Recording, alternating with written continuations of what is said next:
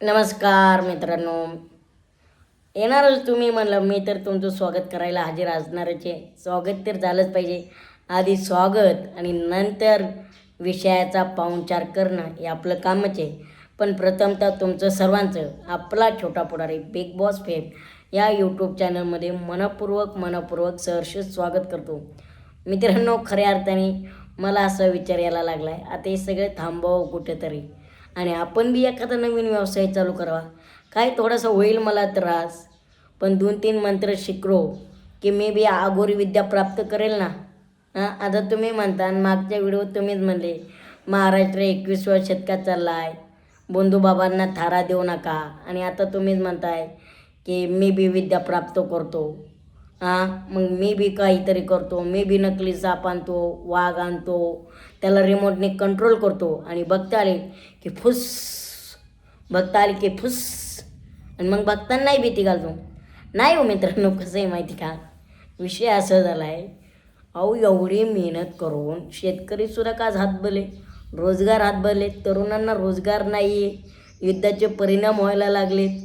आणि ह्या बाबा जो शेतकरी एक चिंच आणायला 4 ते 5 वर्ष मेहनत घेतो, त्याला पाणी घालतो, खतं घालतो, ती चिंच आज 50,000च्या हातच होते, 10-12 हजाराचे.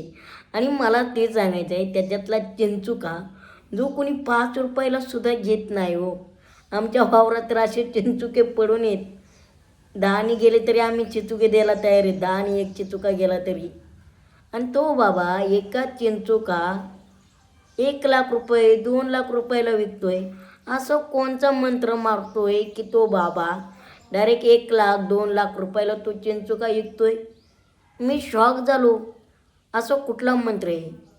तो इतरांचं भविष्य बघता बघता त्याला स्वतःचं भविष्य का कळलं नसेल बाबा, की माझी झेलवारी कधी आहे, मला हे लोक तुडवणार कधी आहेत, मी गरिबांचा आशीर्वाद नाही घेता टळटळाट कसा घेतोय. त्याने लोकांचं भविष्य बघितलं पण स्वतःचं भविष्य बघितलं नाही. पण आता ही एक चिंता आहे, जे भाविक भक्त त्याचं जे अमृत प्यायला जात होते का, अमृत त्याचा लय संभ्रम आहे, नेमका अमृत कुठलं होतं आणि कुठलं नाही त्याच्यावरती आपल्याला काही बोलायचंच नाही. पण साध्या एका दगडाची किंमत त्यांनी लाख रुपये घेतली हो. लाख रुपये साधे दगड जे लोक त्याच्याकडे बघत पण नाही. म्हणजे लोक एकीकडे म्हणतात महाराष्ट्र 21व्या शतकाकडे चालला आहे आणि या लोकांनी बंधूबाबांनी फार महाराष्ट्राला खोयात काढायचं ठरवलं आहे. काय पद्धत पटायला पाहिजे का नाही, थोडंसं विचार करा. कुठं चालला आहे महाराष्ट्र आपला? कोणी यावं, आयऱ्या गायऱ्यांनी उठावं आणि महाराष्ट्र लुटावं. आतापर्यंत नेते लुटत होते ते काही कमी होते का? आता हा बंधूबाबा, त्याच्यानंतर आमच्या अहिल्यानगरमध्ये बी एक बंधूबाबा सापडला आहे. आणि सरकार काय म्हणतं आहे, ह्यांचे जे AI व्हिडिओ येत आहेत यांचे व्हिडिओ बदनामी होते, त्याच्यावरती आम्ही कोणाचे अकाउंट हँग करणार, त्याच्यावरती कायद्याने गुन्हा दाखल करणार. मला तर भीती नाही. अकाउंट उडवा, कायद्याने गुन्हा दाखल करा.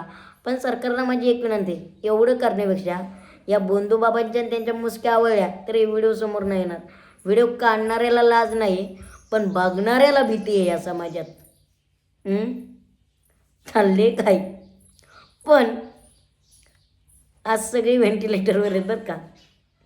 चुकून बाबा HIV निघाला ना तर खेळ खल्लास. भाविक भक्तांनो, कुणी आणलाय चिचुका? लागला ना आपल्याला पण चिचुका. या बंधूच्या त्यांच्या नादी लागू नका हो. अहो विचार करा ना, आपल्याला गुंडाळता त्यांनी किती प्रॉपर्टी गुंडाळली. आणि जे ज्याच्याकडे जात आहेत त्यांची प्रॉपर्टी बघा, आणि जे जिथं बसतंय त्याची प्रॉपर्टी बघा. कधीतरी सुधरा, नाहीतर असेच हा एक बंधू झाला, असे हजारो बंधू येत, लाखो बंधू येतील आणि आपल्याला बंधू लावून जातील, ते कळणार सुद्धा नाही. सुधरा, अजून पण वेळ गेलेला नाही. हे सुधारण्याची वेळ आहे. कुणाच्या अमृतने आणि कुणाच्या अंगाऱ्या दुपाऱ्याने प्रगती होत नसते. स्वतःच्या मनगटात ताकद पाहिजे, जिद्द पाहिजे, आत्मविश्वास पाहिजे. मी लावतो अंगारा, या माझ्याकडं. पण मलाच माझा अंगारा कुठं लावायचं कळा नाही आणि काय कुणाचं ऐकायचं आहे हेच ना.